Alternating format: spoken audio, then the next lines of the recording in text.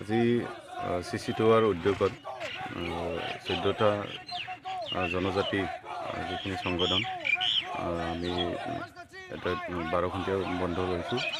আৰু এইটো ৰাতিপুৱা 5টাৰ পৰা বিয়লি 5টালৈকে চলিব আৰু ৰাইজৰ আমাৰ আহ্বানত ৰাইজে আমাৰ লগত সহযোগ দিছে কমপ্লিটলি বন্ধ হৈছে আৰু আমি আশা কৰোঁ 5টালৈকে আমাৰ ৰাইজে আমাৰ যিটো বন্ধ সেইটো বন্ধ মানি লয় আৰু শান্তিভাৱে আমাৰ এই যিটো বন্ধ 12 ঘণ্টীয়া বন্ধ সেইটো বন্ধত কপাৰেশ্যন কৰে এইটো আমি আহ্বান জনাইছোঁ আৰু আমাৰ যিটো দাবীটো হ'ল আমাৰ অসম চৰকাৰ আৰু ভাৰত চৰকাৰে যিটো 6 জনগোষ্ঠীক উন্নত আৰু অলৰেডি এডভান্সড যিখিনি জনগোষ্ঠীক মানে STকৰণ কৰাৰ যি প্ৰক্ৰিয়া তেওঁলোকে চলাই আছে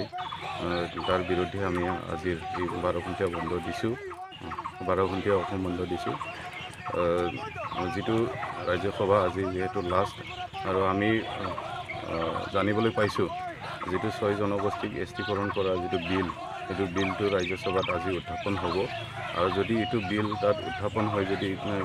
কেনে প্ৰকাৰে যদি পাছ হয় তেতিয়াহ'লে আমাৰ যিটো আন্দোলন এইটো আন্দোলন অব্যাহত থাকিব আৰু আজি যিখিনি 12 ঘণ্টীয়া বন্ধ দিছোঁ তাতকৈ আমি জংগী আন্দোলন পিছৰ পৰ্যায়ত আমি কৰি যাম আজিৰ তাৰিখত চাব গ'লেতো আমিও সেইটোৱে ক'ব লাগিব যিহেতু আমাৰ STবিলাকৰ এক্সিষ্টিং যিটো ST আছে আমাৰ প্ৰায় 39 লাখ আছে আকৌ আৰু যি 6 জনগোষ্ঠীক তেওঁলোকে STকৰণ কৰিব এতিয়া ওলাইছে তেওঁলোকৰ জনসংখ্যাটো হ'ল 1.5 কোটি তেতিয়াহ'লে 1.5 কোটি লোকৰ এটা ভোট